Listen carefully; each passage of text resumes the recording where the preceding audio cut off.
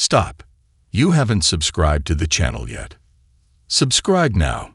We have new stories every day. Now, let's go. It was a late Friday evening, and I was sitting in my office, reviewing a list of candidates for a new vacancy that had just opened up. As the regional director of a chemical company specializing in eco-friendly products for soil management, I had a lot on my plate. Our products were used by farmers to manage fertilizers and water containment, which helped keep our food supply sustainable. We were proud to be pioneers in providing environmentally safe solutions in an industry that didn't always prioritize that. 2 of my office staff were leaving soon, both because their spouses had been promoted and were moving out of state. This meant they had to resign within the next few months, so we were moving fast to fill their positions. Our sales team worked across 8 states in the Midwest, and this year we exceeded our targets, which was a huge milestone for us. Ruby, my executive assistant, peeked into my office to give me the update I was waiting for. Stanley, all 8 candidates confirmed their interviews for Monday. I'm heading out for the night, she said with a small wave as she left. Every Thursday, I traveled to different states within my region to lead a sales meeting, which usually took half a day. By Friday evening, I'd be on my way back home. My wife, Mallory, took advantage of these nights to spend time with her friends, though over the years, we had racked up quite the babysitting bill. These trips allowed me to meet face-to-face with our sales reps, helping them improve their performance and solve any issues. It was an investment that paid off since we hadn't had a single resignation in 8 years, something almost unheard of in this industry. I had just gotten back to the office in time to finish up some final tasks before heading home. The company had tried to convince me to delegate these sales trips to someone else, but I valued the quiet time they provided. Between Mallory, who was always in the know about everything, and our 3 kids, those peaceful hours on the road were a rare chance for reflection.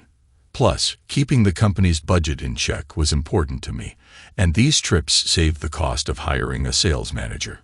Our oldest, Bolivia, was getting ready to graduate and head to the university in the fall on a full scholarship, which was a huge relief financially. Our youngest, Sophie, was 16 and studying for her learner's permit. We were in a good spot as a family. Mallory and I had been married for 20 years, and she worked as the executive assistant for the district attorney. The DA had just accepted a high-paying job with the federal government, and though he was about my age, he had never settled down. There were always rumors, but I never believed them. For the last 15 years, my parents had graciously taken our kids every second weekend of the month, giving Mallory and me some much-needed time to reconnect. That gesture probably saved our marriage at a time when we really needed it. With Olivia set to intern at a senator's office in Washington this summer, that chapter was winding down, but it had made a big difference for us over the years. Not long ago, my dad decided to buy ancestry kits for all 3 of our kids. With my approval, we sent them off, curious to see if any long-lost relatives would pop up. Bolivia thought it would be fun to keep the results a secret from her mom until they arrived, knowing it might take 5 or 6 months. This weekend, Mallory had planned a trip to Memphis for us to see a concert at the Orpheum, and we'd be back by Sunday. She always found ways to add special memories to our time together. I met Mallory during my senior year of college, but it wasn't a meet-cute kind of story. I was a vendor at one of our school's football games, selling snacks to the crowd. Mallory's dad was part of the medical team for the football team, so she always had free tickets. That day she was there with a date, and they got into a fight over something trivial. Things escalated, and as she pushed her date away, he stumbled into me, sending me and my tray of snacks flying down the concrete stairs. The next thing I knew, I woke up in a hospital bed with my head wrapped in bandages.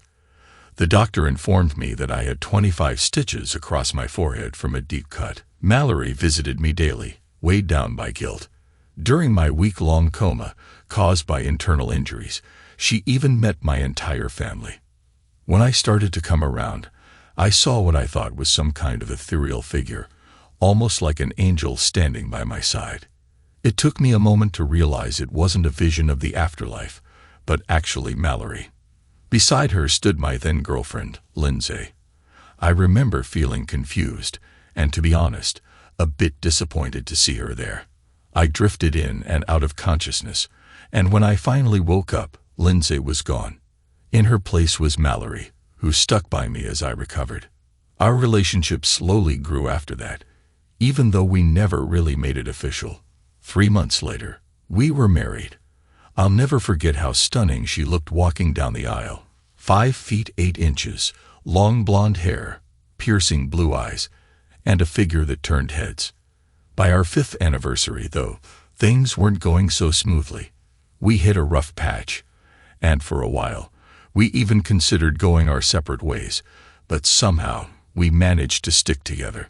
One day, after leaving a popular restaurant called Charlie's Bar and Grill, famous for tossing bread rolls across the room, we found ourselves having a heavy conversation. The food was nothing to write home about, but the place reminded Mallory of her mom's cooking. So we made a stop. On the drive home, Mallory brought up something that threw me off completely. She started talking about infidelity, suggesting that maybe I should consider having an affair. She went on to say that marriage norms were changing and that it might actually help us understand each other better. I was stunned, to say the least. Her suggestion didn't sit right with me at all. It seemed selfish and manipulative, like she was giving me permission to hurt someone else for our own benefit. I couldn't hold back anymore and ask her, "Why on earth would you want me to cheat? Did I do something so bad that you're hoping this ends our marriage?" The car fell into a long, uncomfortable silence. Mallory was always quick to respond, but this time she didn't say a word. After a few minutes, I turned the music back on, but I couldn't shake the feeling that something deeper was going on. About an hour later, we were still on the road, about 40 miles from home. She turned the music off again and apologized, saying, "Stanley, I'm sorry. I think I've just been reading too many of those ridiculous romance novels. I don't know what I was thinking." Then she switched the music back on like everything was fine. But the thing is, our kids and I all knew she hated those books. They had been her mother's guilty pleasure, but Mallory had always dismissed them as trashy and beneath her. She couldn't stand them, so her explanation didn't make sense at all. As we neared home, I realized there was one part of her life I had never really questioned: her Thursday nights out with her friends. It had always seemed harmless. On the rare occasions I was home on Thursdays, she'd skip the outing to be with me. But now, after that strange conversation, I found myself wondering if something more was happening. Was she going out to bars with her friends? Was she involved in something questionable? By the time we pulled into the driveway, I was resolved to get to the bottom of it. Later that night, after we had settled in, I spent some time with my parents. They mentioned they wanted to talk to me privately the next day and hinted they were concerned about Mallory and our youngest daughter, Sophie. I wasn't sure what they meant, but I agreed to meet them around 3 o'clock after I finished my work interviews. The next morning, I let Mallory know I'd be heading to my parents' place in the afternoon. I told her we might be eating dinner a bit later, and she seemed fine with it. When my parents arrived, we gathered in my office, and after some small talk, my dad got right to the point. "Stanley, I really regret sending in those ancestry kits for the grandkids. We got a match. Sophie has a grandmother on her father's side who's been searching for her son and his descendants." With that, he handed me a form from Ancestry.com. It showed a woman's name and phone number. My heart sank. I could see from the look on my dad's face that he knew what this meant. "Dad, I don't think this is a mistake," I said, taking a deep breath. "Let's see what we can find out." I grabbed the office phone and dialed the number on the form. I put the call on speaker and started recording it, wanting to make sure we had a record of whatever happened next. After a couple of rings, a woman answered. "This is Stanley Spencer. I'm looking for Sylvia Tate regarding a DNA match through Ancestry.com. I explained. "You're speaking to her," came the reply. "What can I help you with?" I hesitated for a second, then said, "Well, it's complicated, but I just learned that my youngest daughter, Sophie, is your granddaughter." "Are you talking about Sophie Spencer?" she asked, her voice full of curiosity. "Yes," I confirmed. "Then perhaps you know my son, whom I had to give up for adoption when I was 15. Mrs. Tate continued. "I might, if I knew his name," I responded. "He was adopted by a family with the last name Harper. His given name was Andrew," Mrs. Tate revealed. My heart dropped. My parents, and I recognized the name instantly, and her confession was like a nightmare unfolding before me. "He's alive and well," I said, still in shock. "He's the district attorney here in Butler County, and he's also my wife's boss. Now it all makes sense why he never married. He's my only child," Mrs. Tate confessed. "I'm fighting stage 4 lung cancer and don't have much time left. Would you let Sophie visit me before I pass away? I'll cover any expenses. I just want to meet her and pass my estate on to her. Given the situation, I'll let my parents handle the coordination. They'll arrange for her to visit this weekend." I agreed, but I couldn't allow Sophie to travel alone. "Is there anything else you need? Please provide a notary statement for my lawyer to conduct a DNA test," Mrs. Tate requested. "He'll want to verify her identity before changing my will, considering the size of the inheritance." "No problem," I assured her. "I'll pass the call to my dad, and he'll handle the details." Exiting my office, I handed Ruby, my executive assistant, the personal recorder, to transcribe and notarize both my conversation and the phone call. "This is essential for the divorce proceedings. Should I prepare the authorization for the DNA test as well?" Ruby asked, showing her sharp understanding of the gravity of the situation. "Yes, please," I replied, "but keep it quiet for now. I need a few weeks to investigate my soon-to-be ex-wife's Thursday night activities." I then turned to my assistant, Mark. "I'll need your and your wife's help with a personal matter," I said, signaling how serious things had become. "My wife, Sadie, is almost done with her dispatch for the day. I'll text her to come over immediately," Mark responded, sensing the weight of the situation. Back in my office, we worked out the details. Mark and Sadie would use the spare key they have for my house to pack some clothes for Sophie next Friday. I'd pull her out of school and drop her off at their place by 10 a.m. After seeing my parents off, Sadie arrived. I directed her to Mark's office and joined them shortly. Meanwhile, Ruby had already transcribed the documents and made the necessary copies. I handed Mark and Sadie a copy of the conversation I'd had with my wife. I gave Ruby the paperwork my dad had provided and instructed her to make additional copies for the lawyer. Mark and Sadie were close friends, deeply affected by what I was going through. Sadie had grown up as neighbors with Mallory, and the truth about my wife's actions left them both stunned. We brainstormed ways to uncover more, and I suggested a plan.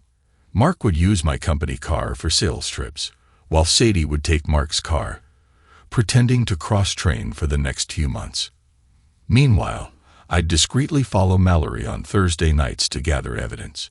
My suspicions were growing, especially after Mallory had suggested I have an affair.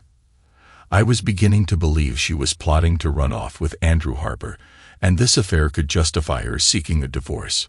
Sadie agreed, and even suggested getting the police involved to collect detailed evidence.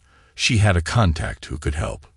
Later, Ruby updated us on George Thompson's departure from the district attorney's office and his move to practice.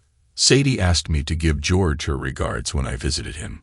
We devised a plan to gather more information. Then I headed to meet George. He was a lawyer known for his involvement in the women's rights movement, challenging major legal precedents.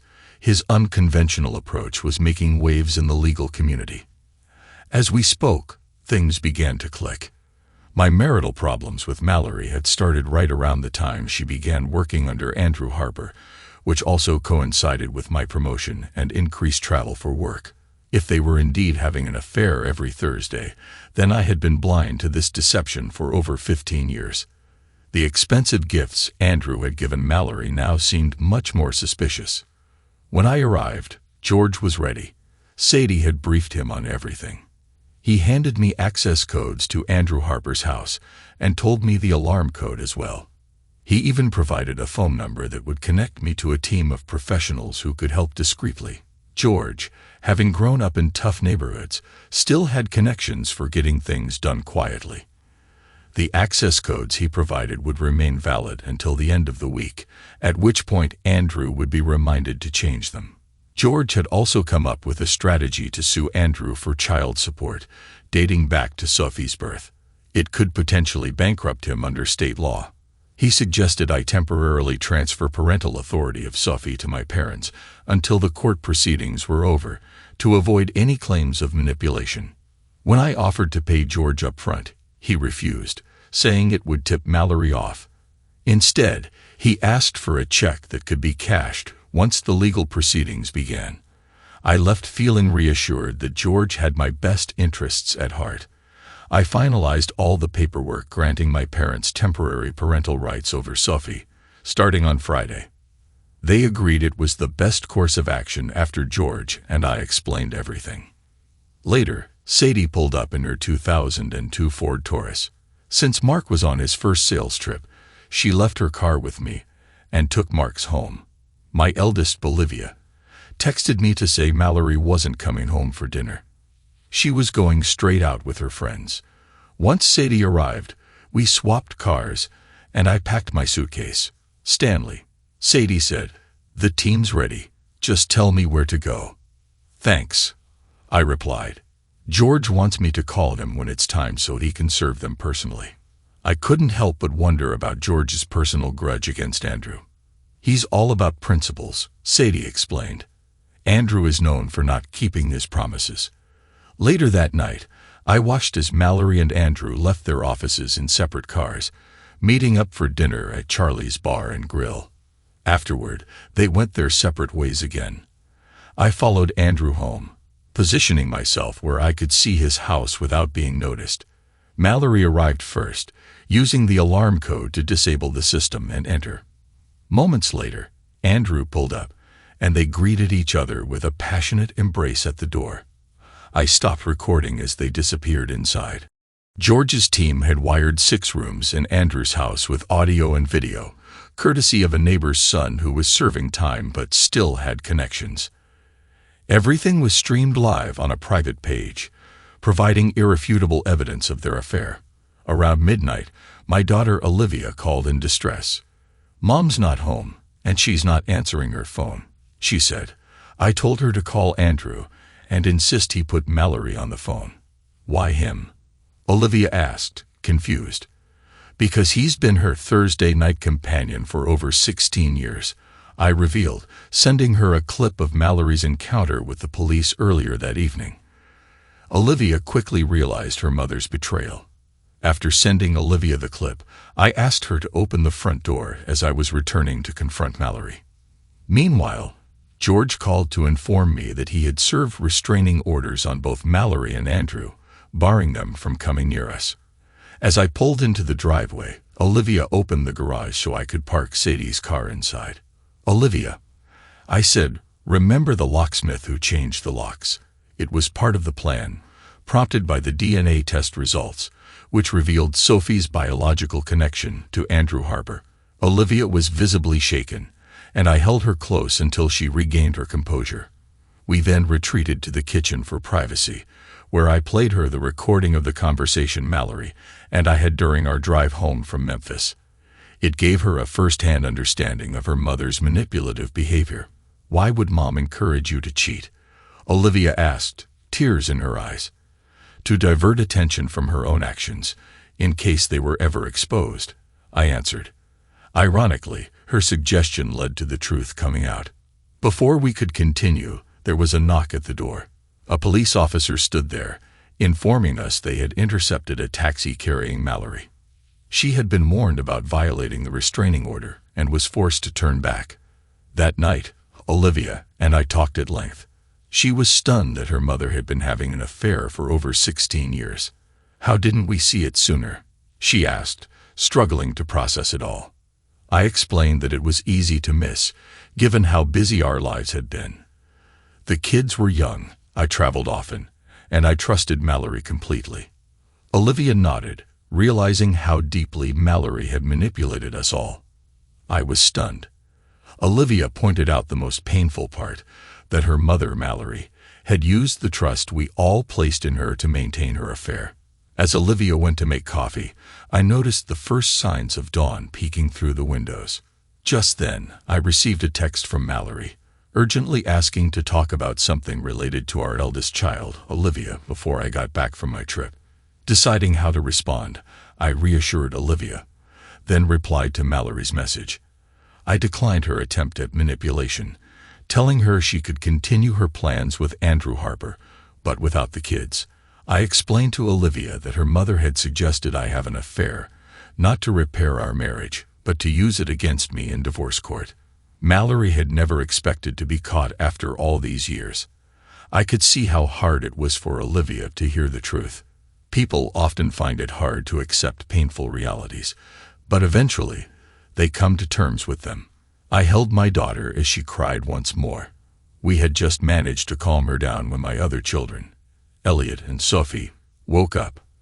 I switched on the kitchen TV, intending to catch the morning news, and soon they joined us for breakfast. Everyone was surprised to see me at home. Then, to our shock, an image of Mallory flashed on the screen. My son turned up the volume. My heart broke for my kids as they listened to their mother and Andrew, laughing and mocking me, calling me foolish and clueless. My wife made a sarcastic comment about me, which caused both of them to burst into laughter. The reporter, however, interjected, saying they probably weren't laughing anymore after their scheme to set me up with an escort had backfired. The scene shifted to show George Thompson serving lawsuits to both Mallory and Andrew. The reporter provided details, and my daughter, Sophie, broke down into tears, running over to sit on my lap. It was then, in a harsh way, that she learned Andrew, her biological father, was not her dad, but her mother's longtime companion. Elliot summed it up well, asking, "What does your mother's attitude toward me say about how she feels about the rest of us?" Once Sophie had calmed down, Olivia and I explained what had happened since Mallory and I had returned from Memphis. I arranged for them to be excused from school on Friday and Monday, giving them time to process everything. Just as we were about to start eating breakfast, Sophie interrupted, exclaiming that the police chief was on the news. We turned up the volume again. The chief publicly announced that both Mallory Spencer and Andrew Harper, our district attorney, were under criminal investigation. A special team from outside the county had been brought in to lead the inquiry. I reflected on how quickly private actions can become public scandals and how society tends to be unforgiving when people like Mallory and Andrew are exposed. After breakfast, I asked the kids to sit down at the table. I showed each of them a copy of the letter my dad had received from the Ancestry DNA match. Then I said to Sophie, "Your grandparents are going to pick you up so you can meet your biological grandmother. She's very sick and is requesting to see you. There's an important reason for the meeting, but I think it's best that she explains it herself." I added, "As far as I'm concerned, you are and always will be my daughter. If you have any questions, feel free to ask your grandparents." I then asked Olivia to help Sophie pack for the weekend while I called my parents. Once the girls left, Elliot turned to me and asked, "How are you holding up, Dad?" "I'm struggling," I admitted, "but I'm doing my best to stay composed.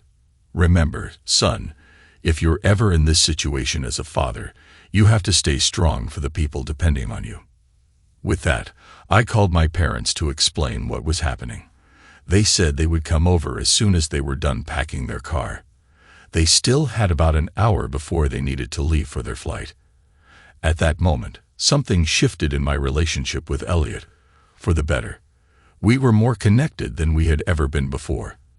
The three of us watched as Sophie, the daughter I had raised, left with my parents to meet her biological grandmother for the first time. I prayed that things would go smoothly and that Sophie would still see me as her father when she returned. Meanwhile, over at the district attorney's office, the atmosphere was tense.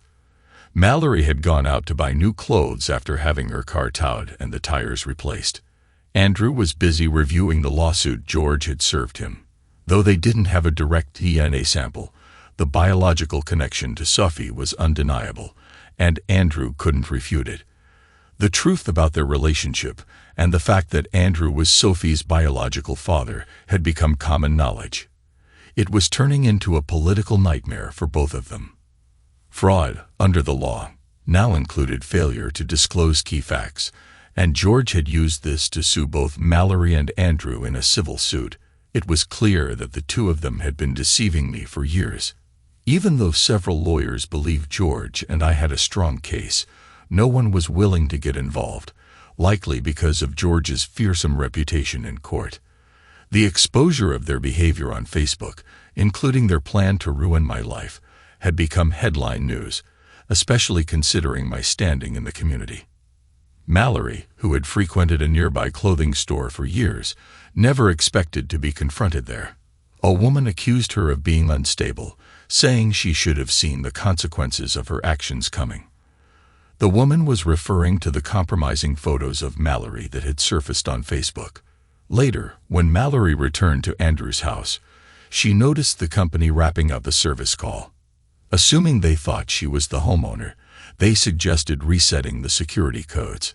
It wasn't until later that she realized there had been no electronic signature verification. Mallory called Andrew, asking him who might be trying to sabotage his new position in St. Louis, and she filled him in on what she had discovered. They both suspected that this was about more than just me protecting myself. There were likely political motivations involved. As Mallory made herself some coffee, she reviewed the divorce petition I had filed. It stung her to realize that her own words had led me to become suspicious. Her suggestion that I damage others' lives had given me the clues I needed. On top of that, the DNA match from Ancestry.com had exposed the truth about Sophie's parentage, threatening to tear apart our family long before Sophie was even born. She realized I had orchestrated the events of the previous night, revealing all the hidden truths about her life. As she took another sip of coffee, the doorbell rang. When she answered it, she found Mr. Harrison, the neighbor Andrew disliked. "Mr. Harrison," she greeted, "what can I do for you?" Handing her a legal envelope, he explained, "Stanley used my place as a base for everything last night after Andrew Harper got my son sentenced to the maximum. The information in this envelope will be shared with the rest of your family today as well. Stanley asked me to find out if you're still laughing at him." Mallory took the envelope back to the kitchen and opened it. Inside were incriminating photos, images of her entering Andrew's house with her key, greeting him at the door, and engaging in intimate activities, all captured on camera. It also included footage of her confrontation with the police. The final document was a signed letter from me, revealing the potential public fallout that could severely damage her future. By the time I returned from Memphis, the letter read, "It was clear you were planning our divorce. I spent days trying to understand what made your affection for me turn into such animosity. I now realize that you blame me for what you see as the failings in your life, especially during the time when we had only 2 children. You felt trapped in our marriage, longing for your carefree single days. That's why you turned to another man, to relive the freedom you once had. You allowed Andrew to whisk you away from the life you despised for a few hours each week. You remained in the marriage not because you loved me, but because Andrew didn't want the responsibility of raising children, not even his own. You couldn't leave the kids with a man you saw as unsuitable, so you stayed, living a life for years. Every time you and Andrew avoided the consequences of your actions, your hatred for me grew. How much did you two laugh at my expense? Did belittling me make Andrew love you more? What I cannot forgive," I wrote, "is the message you and Andrew have sent to our children. It will shape their lives forever. I've yet to fully understand how much amusement you both got from manipulating me and using our children like pawns on a chessboard." I concluded. The KVOX news reporter summed it up perfectly. "Are you still laughing at Stanley Spencer? I watched Olivia, Elliot, and Sophie as they heard you mock me on live TV, and it broke my heart. Our son Elliot said it best, 'If you see me as worthless, What does that say about how you see them? The letter ended with, "You've made sure our children's relationship with you is non-existent. But at least you and Andrew can enjoy branding me a fool forever." Mallory's hands shook so violently as she read the letter that she dropped the papers. She was consumed with bitterness, showing no care for me, our children, or anyone else. She was selfish and driven by her own desires. Tears welled up in her eyes. I had a way of calling out people's flaws without openly condemning them, and my words had hit her hard. I saw her actions for what they were, efforts to preserve her own lifestyle, not motivated by love. I also realized that Andrew had likely been pressuring her to leave me and the kids long before Sophie's birth, but his new job had forced them to rush their plans. By now, Mallory wasn't laughing anymore. She knew that I had exposed their actions for what they were, and she would have to face the fallout. It felt like a declaration of war. If Andrew Harper went down, he intended to drag everyone with him. Mallory continued reading the divorce petition, and I could tell it was tearing her apart. One of the lawsuits accused them of fraud for hiding Sophie's true parentage. The potential financial damage sickened her. If I won the case, both she and Andrew would face financial devastation. Mallory and Andrew had both severely underestimated me, assuming I was the fool they had always believed me to be. Saturday turned into pure chaos for my two eldest children and me. From early morning until about 4 in the afternoon, family members kept showing up. Mallory's parents, her 2 brothers, 1 sister, and their spouses all came by to offer support. Each brought one of their favorite dishes, making sure we had plenty to eat. Even my brother and sister came in from out of town to check on us.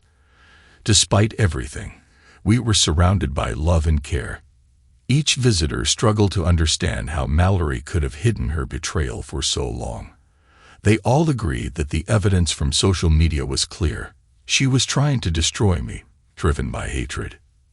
At one point, my father-in-law and I stepped out to the back deck.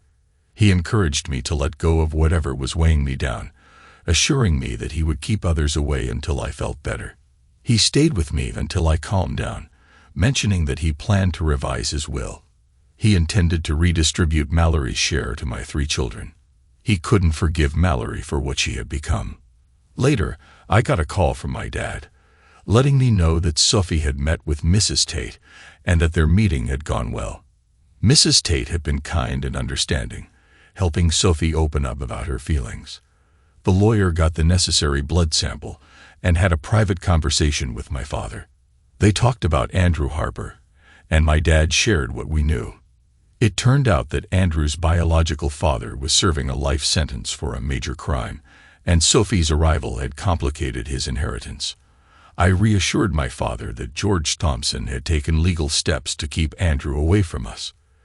That day was filled with visits from family on both sides, all offering their support. My parents were staying at Mrs. Tate's estate, where Sophie was spending the weekend. They liked Mrs. Tate and mentioned how seeing Sophie had brought a smile to her face after a long time. My mom spoke with Mrs. Tate, who expressed gratitude for how we were handling everything.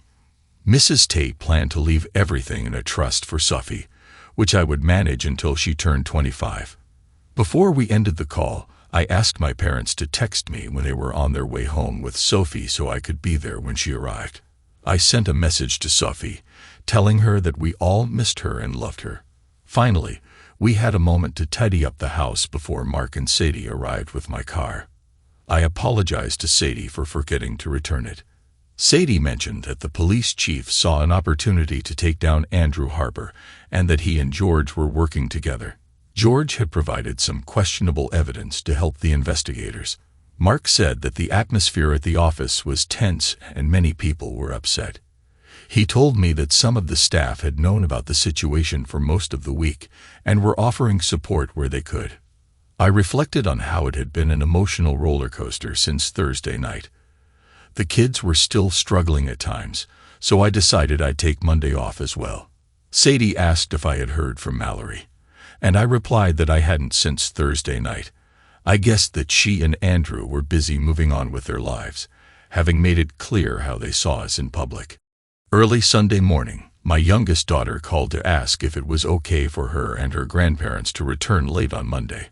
I agreed, provided it was fine with her grandparents. She thanked me for insisting she go and explained that Mrs. Tate had helped her come to terms with the fact that it wasn't her fault. Her mother's affair had brought her into the world. Before hanging up, she told me she loved me. On Monday evening, Olivia, Elliot, and I stood by as my parents pulled into the driveway. They looked worn out from the weekend. As soon as my mom got out of the car, she rushed into my arms. It was such a relief to have my youngest daughter back home. My dad opened the trunk and brought in Sophie's suitcase, which Elliot took up to her room. The three of them sat down in the family room to catch up, and Sophie shared stories about meeting her new grandmother. Meanwhile, my parents and I retreated to the kitchen. I brewed a fresh pot of coffee while they shared their thoughts on Mrs. Sylvia Tate. She seemed at peace when we left, my dad remarked. It was like meeting Sophie had brought her some closure, and she was ready for what's coming. My mom pulled a legal-sized envelope from her purse and handed it to me. Mrs. Tate's lawyer had given this to me, per her instructions, she said. I opened the envelope and found a letter along with a check for $50,000. The letter was brief and to the point. Mrs. Tate thanked me for honoring her request and mentioned how she had lived longer than expected since our first contact. She confirmed the DNA connection and commended me for how I had raised Sophie. She asked me to use the funds to help my family get through the tough times we were facing and to stay true to my values. I let my parents read the letter, and we reflected on how we might have helped fulfill someone's dying wish. Over coffee, I filled them in on everything that had happened while they were away. I told them I believed the worst of the emotional storm was behind us and that we could finally start getting back to normal. Starting the next day, the rest of the week went relatively smoothly, all things considered. Mallory tried reaching out to each of our kids by phone, but they rejected her attempts to reconnect. Meanwhile, corporate headquarters was pleased that I had finally stepped away from managing the sales meetings, and they began searching for a new sales manager, something they hadn't done in over a decade. As I sat in my office, reviewing the monthly sales figures, Ruby walked in, looking concerned.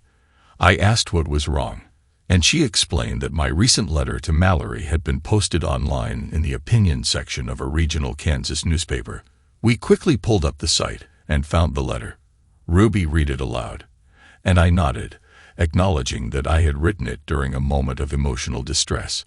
I wondered if I had been too harsh. Ruby shook her head. "No, Stanley," she said firmly. "The letter just lays out the reality of Mallory's actions in a direct way. Either one of them could have ended the affair and come clean, but they didn't. Andrew enjoyed all the benefits without bearing any of the costs. We talked about how rare it is for people to see the fallout from someone's actions in such a public way." Ruby, having gone through her own divorce, said the letter served as a reminder of the pain people go through before finding peace. Then she pointed out a comment on the site from a longtime feminist, highlighting how Mallory and Andrew's actions had set back the movement for equality and empowerment. Later that night, Mallory and Andrew went to Charlie's Bar and Grill for dinner. It was a busy Friday, but they were surprised to find the place unusually empty. Vacant tables surrounded them. When they asked the waitress why it was so quiet, she explained that people were waiting, but they refused to be seated near them. Likely, most had read the letter I had written to Mallory, now posted on the newspaper's website. Feeling uncomfortable, they quickly asked for the check and left. As they exited the restaurant, Mallory spotted her parents at a nearby table, waiting for their meal. She walked over and greeted them, with Andrew trailing behind.